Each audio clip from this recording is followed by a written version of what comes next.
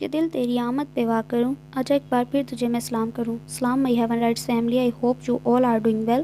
Welcome to your channel Heaven Rights. Today we are here with the novel میرا مسیحا میرا صنم by Nadia Fatima Rizvi. تو یار چینل کو سبسکرائب کیا کرو، ویڈیو کو لائک کیا کرو، اور مجھ پر یار تھوڑا رحم ہی کر کے سبسکرائب کرو۔ دیکھو میں تم لوگوں کے خاطر بند پنکھا کر کے بیٹھی ہوئی ہوں۔ ویسے تو اتنی زیادہ ابھی گرمی نہیں ہے، بٹ یہاں ملتان میں تو بہت گرمی پڑ رہی ہے اور میرے حال بےحال ہو گئے ہیں۔ اے سی تو ابھی نیکسٹ منتھ سے چلے گا، جب تک پنکھے سے ہی گزارا کرنا پڑے گا، اور ڈسٹربنس نہ ہو ویڈیو میں، اس لیے میں پنکھا بند کر کے یہاں بیٹھی ہوئی ہوں۔ تو اسی بات پہ رحم کرو اور سبسکرائب کرو، لائک کرو۔ اور جو ہمارا دوسرا ناول ہے اس کی بھی انشاءاللہ تھوڑی دیر تک میں اپلوڈ کر دوں گی ایپیسوڈ۔ تو ابھی اسی تو تم لوگ کمپلیٹ ناول کو انجوائے کرو۔ چلو ہم ناول سٹارٹ کرتے ہیں۔ Let's get started. وہ آفس سے تھکی آ رہی گھر پہنچی تو اماں کو صحن کے تخت پر بیٹھے پایا۔ اس کا پہلا خیال ابا کی جانب گیا اور یہ خیال اسے ہراساں کر گیا۔ السلام علیکم اماں، آپ یہاں کیوں فکر مند سی بیٹھی ہیں؟ سب ٹھیک تو ہے نا؟ ابا کی طبیعت تو ٹھیک ہے، وہ ایک ہی سانس میں بولی تو اماں ایک گہری سانس بھر کر رہ گئیں۔ زرنین بیٹا، سب ٹھیک ہے، ابا کی طبیعت بھی۔ وہ دراصل آج پھوپھی آئی تھیں۔ اتنا کہہ کر اماں خاموش ہو گئیں۔ پھوپھو کی آمد کی بابت جان کر زرنین کی طبیعت بوجھل ہو گئی۔ پھر تنزن بولی، آج بھی وہ کوئی نئی ڈیمانڈ لے کر آئی ہوں گی؟ نہیں بیٹا، آج خلاف معمول کوئی ڈیمانڈ نہیں تھی، البتہ تم پر تنقید کر رہی تھیں۔ مجھ پر کیا تنقید کی؟ وہ تھوڑی حیران ہو کر بولی، بقول ان کے زرنین ان کی ہونے والی بہو ہے اور یہ بات گوارا نہیں کہ تم دفتر میں غیر مردوں کے ساتھ کام کرو۔ اماں کے منہ سے پھوپھی کی بات سن کر وہ چڑ گئی۔ اماں، پھوپھو کو ہماری مجبوری سمجھ کیوں نہیں آتی کہ ہمارے گھریلو حالات ان سے پوشیدہ ہیں؟ آپ کس طرح سے رات رات بھر جاگ کر 4 پیسے کی خاطر لوگوں کے کپڑے سیتی ہیں، اور بہنیں وہ خود بھی اپنی پڑھائی کے ساتھ ساتھ محلے کے بچوں کو ٹیوشن دیتی ہیں کیونکہ ابا کی پینشن قلیل اس موزور مہنگائی میں انتہائی ناکافی ہوتی ہے۔ اس پر متضاد یہ کہ ابا کے ڈاکٹروں کی فیس اور دوائیں۔ زرنین تلخی سے بولتی چلی گئی، پھر مزید گویا ہوئی، اماں آپ کو معلوم ہے نا کہ اسکول کی تنخواہ سے ہمارا گزر بسر کتنی مشکل سے ہوتا ہے۔ اب یہ جاب ملی ہے تو کچھ عافیت ہو جائے گی، لیکن پھوپھو کو اس پر بھی اعتراض ہے۔ تمہاری بات درست ہے بیٹا، لیکن ہم لوگوں کا منہ نہیں بند کر سکتے، اور پھوپھو تمہاری ہونے والی ساس بھی ہیں۔ اماں کی بات سن کر زرنین بولی، اور ابا کی بہن بھی تو ہے نا، انہیں کیوں اپنے معذور بھائی اور ان کی بچیوں سے ہمدردی نہیں؟ اس کا جواب تو میرے پاس بھی نہیں کہ انہیں تم لوگوں کا نہ صحیح اپنے بھائی تک کا خیال نہیں۔ اماں تلخی سے بولیں، تو پھر آپ بھی پھوپھو کے اعتراضات کو خاطر میں مت لائیں۔ بیٹا کیسے نہ لاؤں، وہ تمہاری ہونے والی ساس ہیں۔ ہونے والی ساس ہیں، جب ہو جائیں گی تب ان کی پرواہ کیجیے گا۔ یہ کہہ کر زرنین کمرے کی جانب بڑھ گئی، جبکہ اماں سوچوں کے سمندر میں ڈوب گئیں۔ آج پھوپھو پھر اپنی بیٹی، داماد اور بیٹے کے ہمراہ براجمان تھی اور رات کا کھانا کھا کر جانے کے موڈ میں تھیں۔ زرنین کی تینوں بہنیں ایمان، دعا اور مشعل کچن میں جٹی ہوئی تھیں، جبکہ زرنین جو آفس سے آ کر سو گئی تھی، وہ ان کی آمد کی وجہ سے اٹھ کر پھوپھو اور ان کی بیٹی کے ساتھ صحن میں بیٹھی ہوئی تھی۔ پھوپھو کا بیٹا عاطف، جو زرنین کا منگیتر تھا، وہ اپنے بہنوئی کے ہمراہ ٹی وی لاؤنج میں میچ دیکھ رہا تھا۔ ممانی، بس اس سال کے آخر میں عاطف بھائی اور زرنین کی شادی کی تاریخ دے دیں، مجھے اپنے اکلوتے بھائی کی شادی کا بہت شوق ہے۔ عاطف کی بہن ہمنا جوش سے بولی، ممانی آپ مجھے سونے کا سیٹ نہ دے سکیں تو سونے کی باریک والی چوڑیاں ضرور دے دیجیے گا، وہ میرے پاس نہیں ہیں۔ ہمنا کی اس بات پر زرنین اور اماں دونوں پہلو بدل کے رہ گئیں۔ زرنین نے کچھ بولنا چاہا لیکن اماں کا اشارہ دیکھ کر خاموش رہی، پھر ان دونوں سے ایکسکیوز کر کے کچن میں آ گئی، جہاں مختلف انواع و اقسام کے کھانوں کی اشتہا انگیز خوشبوئیں اٹھ رہی تھیں۔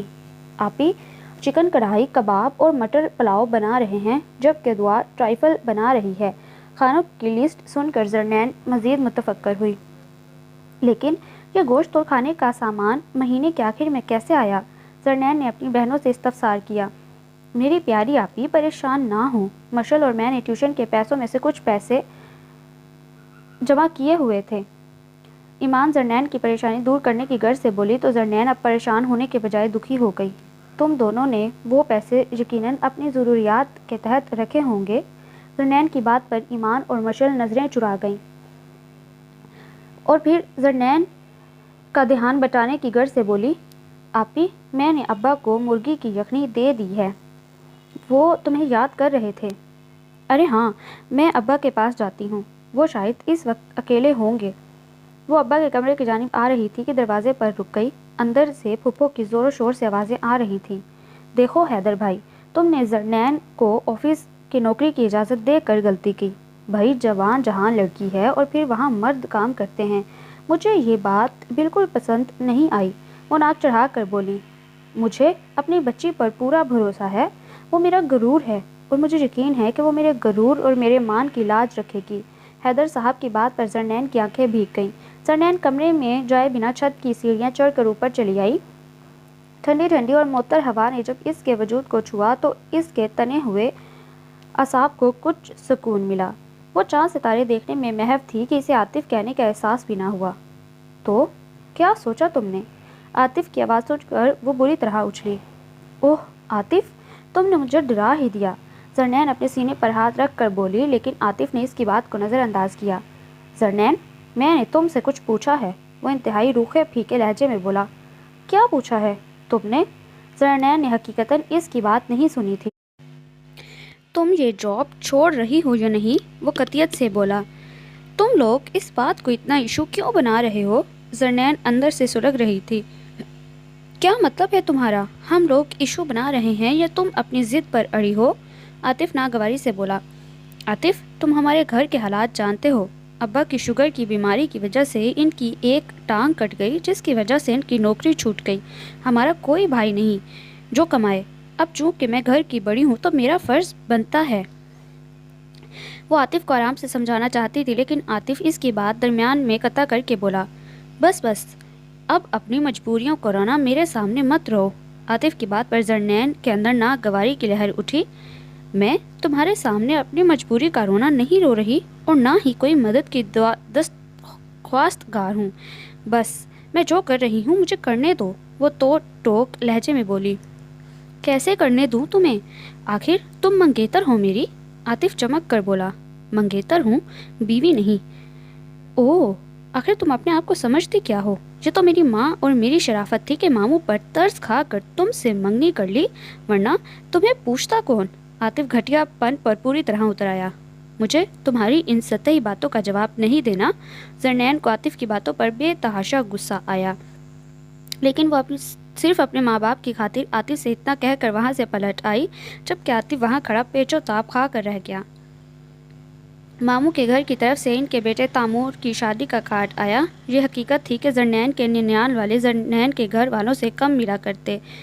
زرنین بیٹا، تمہارے ماموں خود کارڈ دے کر گئے ہیں اور تم سب بہنوں کو کہا ہے وہ شادی سے ایک ہفتہ پہلے رہنے آ جائیں۔ اماں خوشی خوشی زرنین کو بتا رہی تھیں۔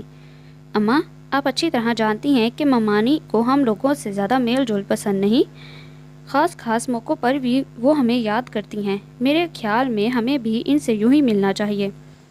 کہہ تو تم ٹھیک رہی ہو، تھوڑا تھوڑا ملنے سے کم از کم میرے بھائی سے تعلق تو جڑا ہوا ہے، ورنہ تمہاری خالہ تو موقعوں پر بھی نہیں چھوڑتی۔ اماں اداس ہو کر بولی۔ اماں، تیمور تو نکاش سے چھوٹا ہے، ماموں کو پہلے نکاش کی شادی کرنا چاہیے تھی۔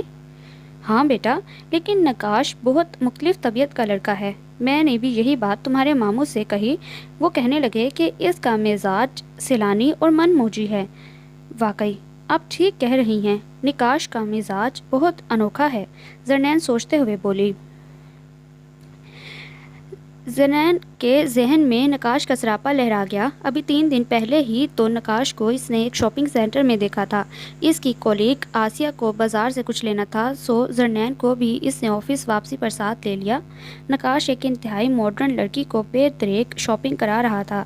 نکاش سے نگاہ بچا کر اس نے آسیہ کو جلدی چلنے کو کہا۔ وہ اس وقت نکاش سے ملنے کے موڈ میں نہیں تھی، ورنہ جب بھی نکاش اس سے ملتا بہت خوش اخلاقی سے پیش آتا۔ ایمان کالج سے واپس آئی تو کچھ پریشان سی تھی۔ شام تک وہ الجھی رہی۔ ایمان، کیا بات ہے؟ نہیں آپی، بس ایسے ہی، امتحان کی فکر ہے۔ نہیں چندہ، کوئی نہ کوئی بات تو ضرور ہے، آپ ہی کو بتاؤ گی نہیں؟ زرنین اسے پیار کرتے بولی۔ وہ آپ ہی دراصل بات یہ ہے۔ ہاں بولو، کیا بات ہے؟ میری ایک ٹیچر ہیں مسز ہارس، وہ اپنے بھائی کے لیے ہمارے گھر آنا چاہ رہی ہیں، کافی عرصے سے بضد ہیں۔ اوہ تو یہ بات ہے، زرنین خوش ہو کر بولی۔ تو پھر تم اتنا جھجک کیوں رہی ہو؟ آپی آپ بڑی ہیں، پہلے آپ کی شادی ہونی چاہیے، ایمان نے اپنے دل کی بات کہی۔ میری بہنا، یہ قسمت کے کھیل ہیں، کس کا وقت پہلے آ جائے یہ تو تقدیر کی بات ہے۔ اس کی بات سن کر ایمان شرما گئی۔ زرنین نے اماں کو بتایا تو وہ بھی خوش ہوئیں، لیکن اس کے ساتھ ساتھ انہیں زرنین کی فکر تھی۔ بیٹا تم ایمان سے 3 سال بڑی ہو، پہلے تم رخصت ہو جاتی۔ اوف اماں، اگر قدرت کی طرف سے ایمان کا وقت پہلے آ گیا ہے تو ہم کیا کر سکتے ہیں؟ ٹھیک ہے بیٹا، تم ایمان سے کہو کہ مسز ہارس کسی دن ہمارے گھر آ جائیں۔ اماں دھیرے سے بولیں تو زرنین خوش ہو گئی۔ مسز ہارس اپنی ماں، شوہر اور بہن بھائیوں کے ساتھ آئیں اور اپنے بھائی کا رشتہ دے گئیں، جو بینک میں ایک اچھی پوسٹ پر فائز تھا۔ آنٹی آپ میرے بھائی کی انکوائری کروا لیجئے اور اپنی طرف سے اطمینان کر کے ہاں کر دیجئے۔ نہیں بہن، ہمیں انکوائری کروانے کی ضرورت نہیں، بس ہم ذرا لڑکے کو دیکھنا چاہیں گے۔ ہاں کیوں نہیں، آپ کا اپنا گھر ہے، جب چاہیں آپ ہمارے گھر آئیے۔ پھر کچھ دنوں میں ہی اماں اور زرنین نے اپنے تئیں معلومات کر کے ایمان کا رشتہ اوکے کر دیا۔ آج تیمور کی مہندی تھی۔ ماموں نے صبح ہی ڈرائیور کے ہمراہ گاڑی بھجوا دی، لیکن زرنین کا اتنے سویرے جانے کا کوئی موڈ نہ تھا۔ اس پر متضاد ابا کو کل رات سے ٹیمپریچر تھا۔ ایمان کالج گئی تھی، جبکہ دعا اور مشل بڑے ذوق و شوق سے جانے کو تیار تھیں، لیکن اماں دونوں کو اکیلا بھیجنے سے کترا رہی تھیں۔ اماں کو پریشان دیکھ کر زرنین بولی، آپ دعا اور مشل کے ساتھ ماموں کے گھر جائیں، میں ابا کے پاس ٹھہرتی ہوں۔ ارے بیٹا، یہ مہندی کی رسمیں تو لڑکی والوں کے لیے ہوتی ہیں، تم ایسا کرو دعا اور مشل کے ساتھ چلی جاؤ، میں انشاءاللہ بارات میں شرکت کروں گی، اماں رسانیت سے بولی۔ زرنین، مشل اور دعا ماموں کی کوٹھی پر پہنچی تو وہاں شادی کی مخصوص گہما گہمی تھی۔ ممانی تینوں کے سلام کا سرسری سا جواب دے کر دوسری جانب چلی گئیں، جہاں ان کے میکے والے اور دیگر مہمان موجود تھے۔ چلو شکر ہے کہ تم لوگ آ گئے، ورنہ میں تم لوگوں سے ناراض ہو جاتا، ماموں خوش دلی سے بولے۔ پھر ایمان اور اماں کے بارے میں استفسار کیا تو زرنین نے ایمان اور اماں کی غیر حاضری کی وجہ بتا دی۔ میں ڈرائیور کو رات کو بھیج دوں گا تاکہ وہ ایمان کو عین وقت پر لے آئے۔ نہیں ماموں جان، دراصل ایمان کے کالج میں ٹیسٹ ہو رہے ہیں، اس کا آنا بہت مشکل ہو جائے گا، زرنین معذرت خواہ انداز میں بولی تو ماموں سر ہلا گئے۔ اسی دوران زرنین کے ماموں ذات بہن نیلم وہاں آ گئی، جو 3 بچوں کی ماں تھی۔ السلام علیکم نیلم باجی، کیسی ہیں آپ؟ تینوں نے آگے پیچھے سلام کیا، پھر زرنین نے خیریت دریافت کی۔ میں ٹھیک ہوں، تم لوگ کیسی ہو؟ وہ خوش اخلاقی سے بولیں تو زرنین نے بھی مسکرا کر جواب دیا۔ ان کے سلام دعا کے بعد تینوں بہنیں سٹنگ روم میں آ گئیں، جہاں ان کے ننیالی کزن کے ساتھ ساتھ کچھ اجنبی چہرے بھی تھے۔ زرنین کا یہاں بالکل دل نہیں لگ رہا تھا، البتہ دعا اور مشل دیگر لڑکیوں کے ساتھ مہندی کے تھال وغیرہ سجانے لگ گئی تھیں۔ فون کی مسلسل بجتی بیل پر ایمان نماز جلدی جلدی ختم کر کے ٹیلی فون کی طرف بھاگی۔ ہیلو، ایمان نے ریسیور اٹھا کر جلدی سے ہیلو کہا۔ میں عاطف بات کر رہا ہوں، ذرا زرنین سے بات کرواؤ، انتہائی اکھڑ لہجے میں بولتا عاطف ایمان کو سخت زہر لگا۔ عاطف بھائی، زرنین آپی تیمور بھائی کی مہندی میں گئی ہیں، ایمان بامشکل اپنے لہجے کو نرم بنا کر بولی۔ کب گئی وہ مہندی میں؟ اسے ذرا نہیں معلوم کہ مہندی میں جانے سے پہلے اسے مجھ سے اجازت لینی چاہیے؟ کیوں عاطف بھائی، اس میں غصے کی کیا بات ہے؟ وہ اماں ابا کی اجازت سے گئی ہے، ایمان تلخی سے بولی۔ کیا مطلب ہے تمہارا؟ کیا میں اس کا کچھ نہیں لگتا؟